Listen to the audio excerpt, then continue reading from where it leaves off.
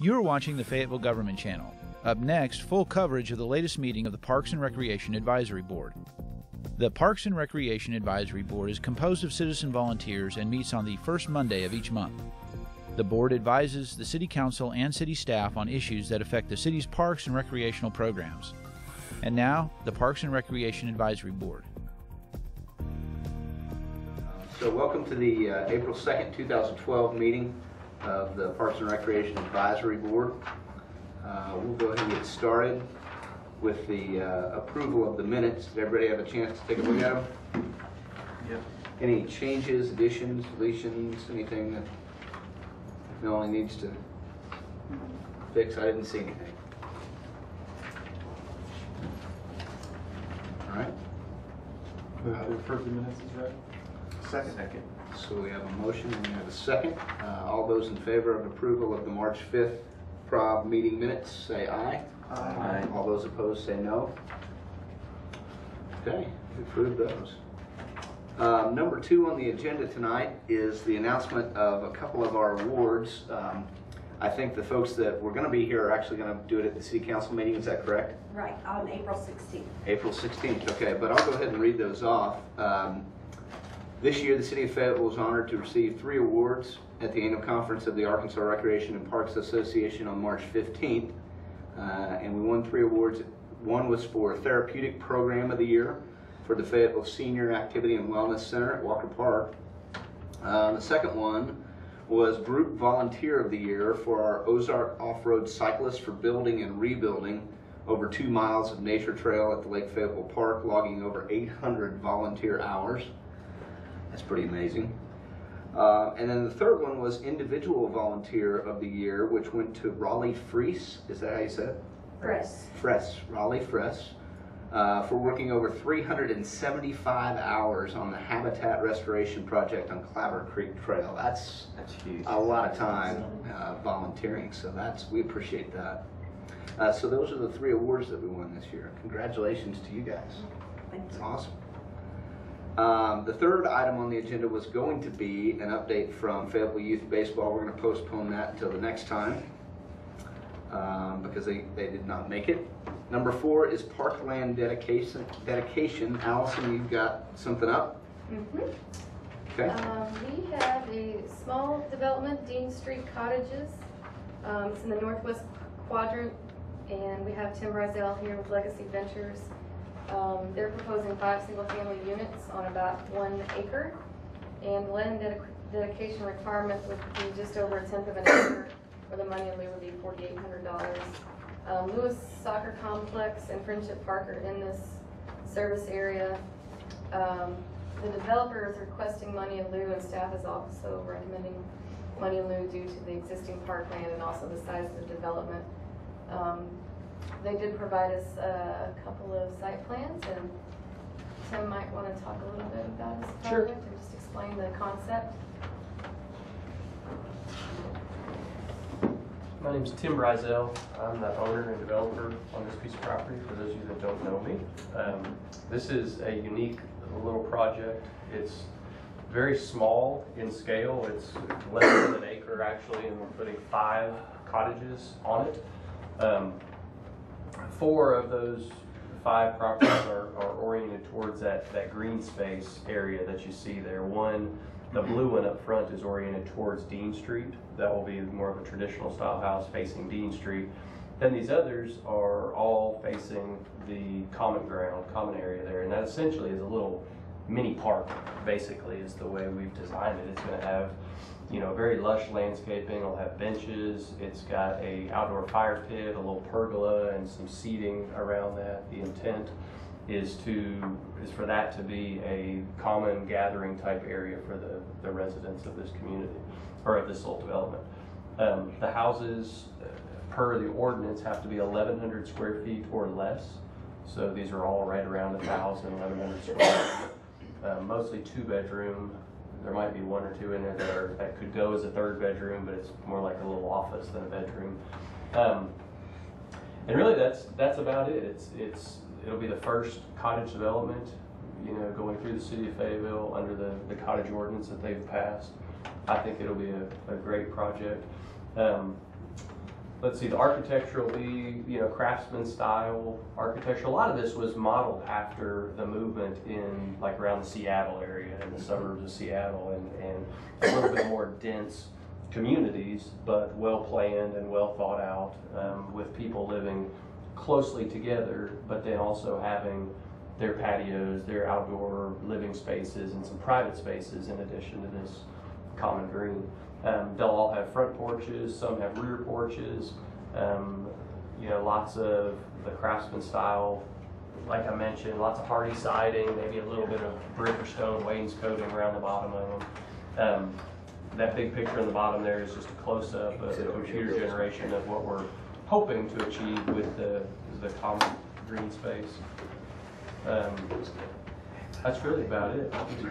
Page 3 to the next one, Allison. Is there much else on there? That's just an overhead of kind of the site plan, basically.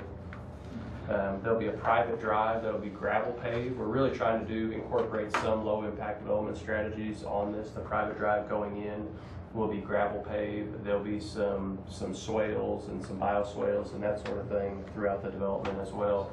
And then I'll probably ship up a couple truckloads of plant material. I mean, there'll be a lot of landscaping in there, and that's part of we'll have living fences and partitions using the landscaping to create some division between space. I'm excited about it. I think it'll be a great little project. I'm really glad to see somebody doing this. Yeah. You know, been kind of wondering if it's going to make it this far. Go ahead. Given that view, where is Deane Street in reference to The bottom of the picture there. See where it says entry? Aerial. So it's kind of a deep slot. I see. Really, yeah, it's tough to see from. I see what it's at. Yeah. This is down to Lewis Soccer Complex. Okay, so it just backs up to the Backs up. complex Yeah. then? Yes, it backs up directly to it. And if you go, do you have the black and white, just like the concept plan?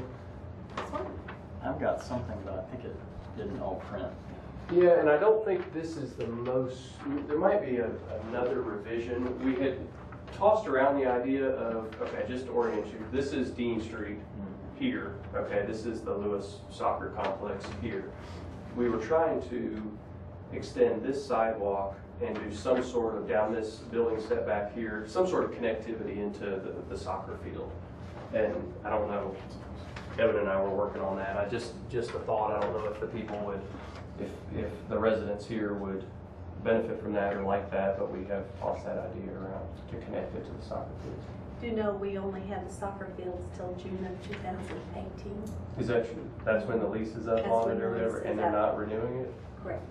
Might want to. So it goes back to the university. It just, So you might want to think about extending your development. Go ahead and get your site plan figured out for the rest of the Lewis complex. So there must be a POA or something if all these are separate lots. And Yes. To cover green space. Yep, there'll be a POA that covers the green space, as well as the covered parking and the private drive going in. And I'm trying to iron that out right now, how that all works, because it's a little different too, but we'll get that figured out. And really the only drawback that I see that I'm hoping isn't too big of a drawback, because this is such a small site, but there's not, it's common parking. I mean, there's no individual carports or garages. It's, you know, a common parking area, and I don't know if people are going to receive, I don't know how that'll be received. It might be a little cutting edge for Fayetteville, I don't know. You know what I mean? They do it all the time Yeah. in where, you know, around Seattle and the Northwest like that, but we'll see. Or people drive their cars once every month or Right. once every couple of weeks. Allison, I do. what major projects do we have that need to be done in that northwest quadrant? Is there anything big that we're, like, I know we have the pool, and we have some other things. Is there anything big in that northwest quadrant that We just kind you of have on the horizon? wrapped up most of Bryce Davis development, kind of the community park out in that quadrant. I think besides the, Trails? maybe the fishing pier, there's small little projects Yeah. there, which, I mean, this is only $4,800, so. sidewalk connection. This is a little bit of, might be something we can do to finish that out, once we get the money. And speaking of the money, this is just a side note. These are treated as single-family houses as opposed to, I mean, I've never done anything Well, like this, yeah. so Multifamily. as opposed to multifamily. Yeah, we consider anything that is on its own individual lot and is Okay. sold individually as single family. Makes sense. I heard the guy at the chamber the other day talk about, this is an actual ordinance that allows you to build these projects, and the ordinance requires it to be less than 1,100 square feet, correct? Yes. So in this situation, I mean, they're going to be smaller than a lot of apartments in Fayetteville. I mean, are we still going to treat that like a single family though? Yes. Even though there's an ordinance that allows them to do that, that requires it to be less than 1,100 square feet. Yeah. It goes by walls. Yeah, it's not by square footage. Yeah. They own all their walls. That's right. There's no party wall. Yeah. It seems like the right size house to me. I hope so.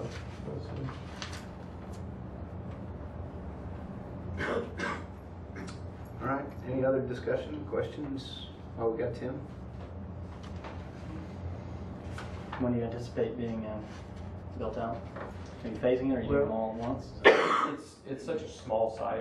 Just do it. I feel like we've got to just do it. The bank probably feels otherwise, but I feel like we've got to do it all at once to make it, to finish all the houses and then landscape the entire site and have it be finished. And then it's for sale. And then it's for sale, yeah. And we got, obviously this meeting and need your approval, and then I believe then we'll turn it into planning on the 4th. Later this week, we're turning it into planning, and then we'll go to planning commission May 14th. So, and then just as soon as we can start breaking ground, we will. But yes, I would like to build it all out at the same time, and we will start immediately upon getting, we've got to get site improvement plan and a preliminary plat, which is what kind of threw a curveball. I wasn't thinking of this as a subdivision. I was thinking of it as a site improvement plan project. And since we are subdividing it and selling the individual lots, we've got to do a preliminary plat as well. So there's a little bit more planning and time up front than we had anticipated. But, you know, hopefully we'll come out, you know, middle of May or the end of May, and then be able to break ground after that. Good deal. A motion to approve? Second.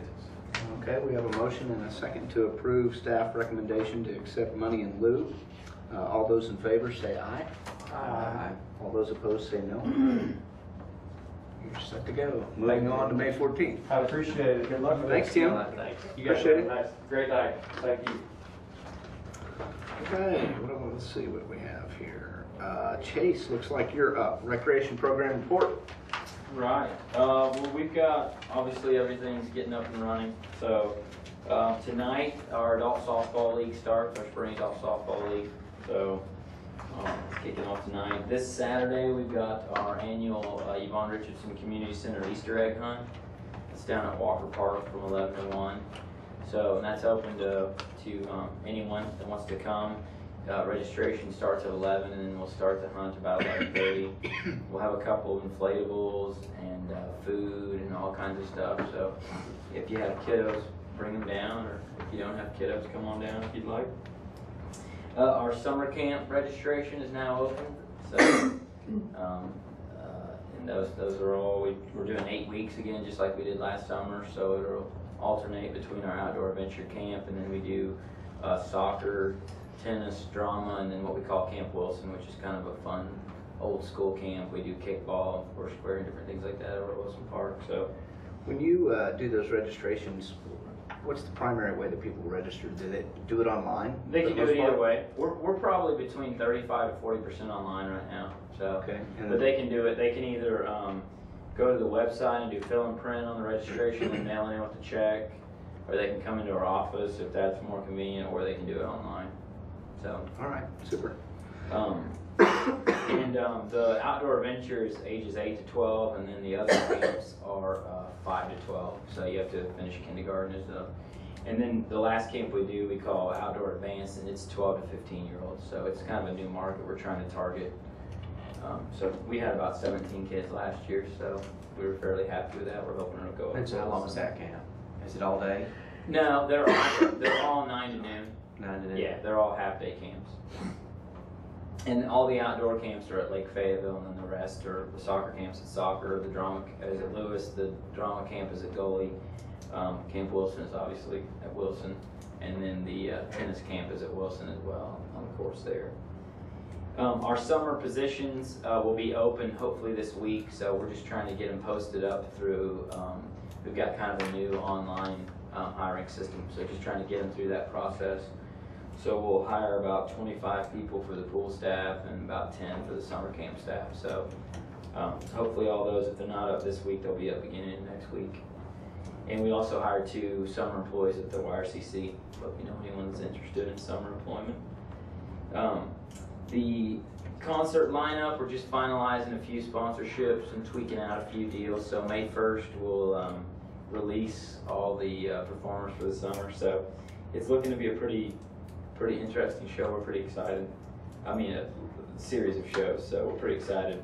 People coming in from different parts of the country. We got someone from California, someone from Georgia, someone from South Texas. So still trying to reach out and bring in people that haven't been here before and that are kind of different styles of music coming in there.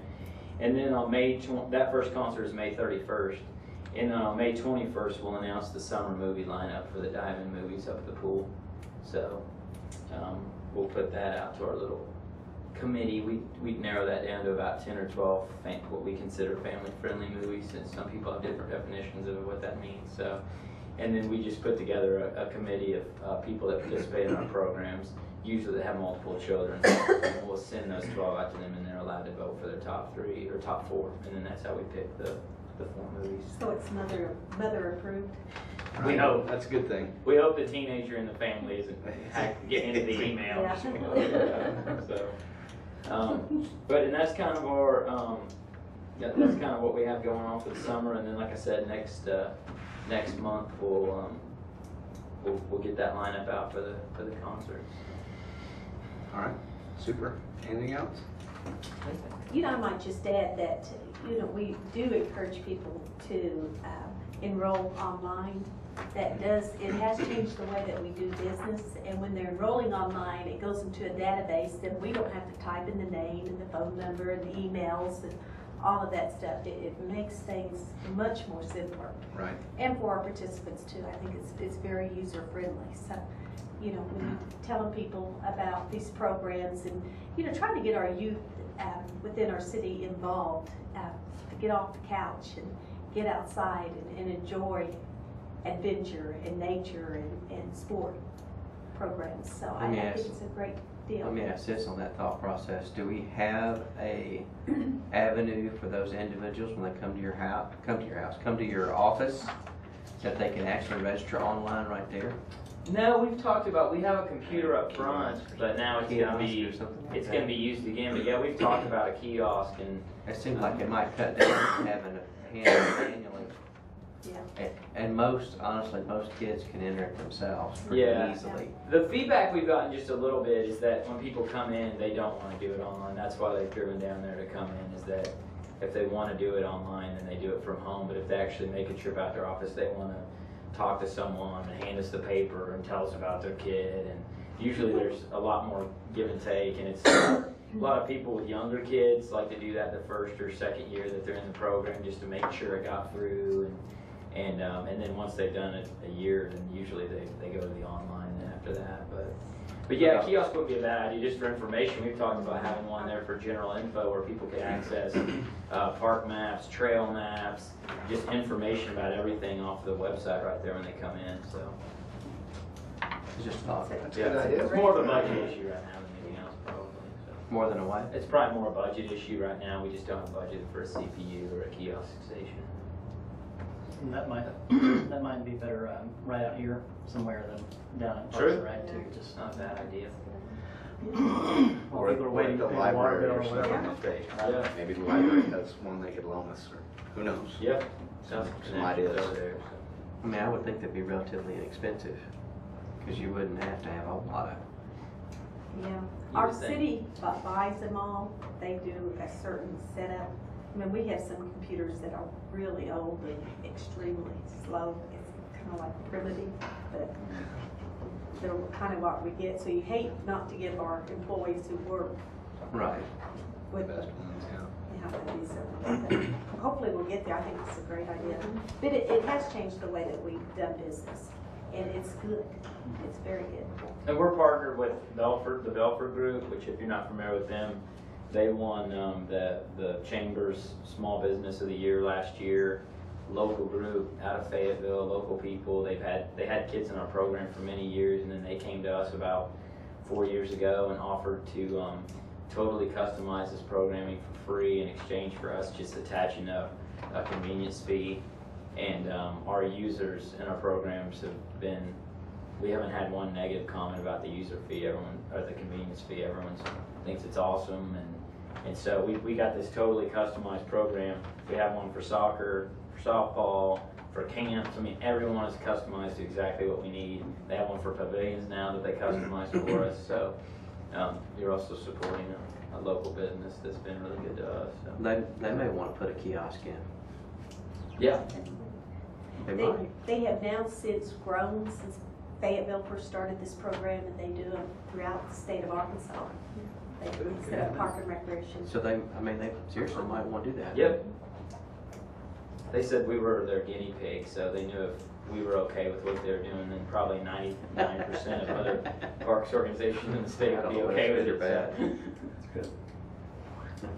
Excellent. Well, thanks, Chase. Appreciate the updates. Let's see. Next on the list is Botanical Garden Society update. Yeah, and it's, I went back and looked through all the notes and everything that I had prior to the last meeting. Everything's really pretty, I kind of hit on everything that needed to be said as far as that goes. They're really excited about, the trails that are going to be coming through on that side of the lake, and also expansion projects that they're looking at, but nothing, I haven't seen anything yet because I haven't been to one of the meetings yet. So as soon as I get that, I'll give you guys a little bit more updates as they're coming to. But everything's going real well. They started their planning season a lot earlier this year, as I think everybody has, so no real surprises in a garden type environment. But they're really excited, and they do have the new director there that's kind of running things, and it sort of has all the business aspect of it turned around. So they're really excited and looking forward to the next year. Excellent. Appreciate the update. Let's see, other than that, do we have any other business that we need to touch on? That's the end of the agenda for this evening. We have a baby update? No baby yet. No baby yet. Yeah, we were wondering. Yes, sir. Officer Shepherd, I wanted to share the Eco Passport, Michael Lolly's project, and he got some in today. And I've only got 3 copies with me. We didn't give these away because he didn't get a full shipment yet. And if I may hand you guys to pass around and look at it, it's a lot of activities. 98 are listed. I thought he had 100. So for some reason I want to see 98, but several of them are in the parks. So Parks and Recreation, we're all over that. all over this year. So hope you'll be there. And One of it is how to build a floating wetland. You all got one of those? That's great. So anyway, the World Peace Weapon Parade also has lots of things growing early. Montecito Sempervine, I usually hope it will barely be showing by Earth Day in April. This year, some of them were blooming in February. And so there are going to be a few of those for that on the 15th, and many other species, a few natives coming up early. But Japanese honeysuckle's growing faster than ever, So sharpen your pruning shears. Huh? Thank you. Thank you all. Thank you, sir. Appreciate it. Okay, I'm going to give the upcoming city events real quick, and then we'll be done. Chase, you covered a couple of them, but April 5th is the kickoff for the First Thursday Fayetteville event, downtown on the square. Music provided by Tiffany Christopher and Whiffen Hoofs. Is that how you say it? Yeah, sounds good to me. Okay. April 5th, Kid Core Garden Program. You talked about that at the YRCC. Also, April 5th, the IRWP is having a Rain Garden Academy at the Fayetteville Town Center in the Dogwood Room from 8:30 a.m. to 4:30 p.m. That will include lunch and a tour of the rain garden at Wilson Park. They will accept the first 50 who register, and cost is $25 per person, $15 if you're a student. April 7th is the opening day for the farmer's market. Hooray. It's probably going to be a lot more stuff than just lettuce and asparagus this year, as warm as it is. April 11th, we have a ribbon cutting ceremony for the Mount Sequoia Woods Trail sign at the Happy Hollow Road and Paddock Road Trailhead at 1:30 p.m. I gotta put that one down. April 14th, Lake Fayetteville 2012 spring cleanup at the Environmental Study Center located at 511 East Lakeview. That's on the north side of the lake. Starts at 9 a.m. And then April 15th is the annual Earth Day celebration that will be held at the World Peace Wetland Prairie, located at 1125 Duncan, just behind us here, south of town. That'll be from 1 p.m. to 5 p.m. And I think that's it for updates. Anything else before we close? I would accept a motion for adjournment. So moved. Second. Thank you. I think we'll be done.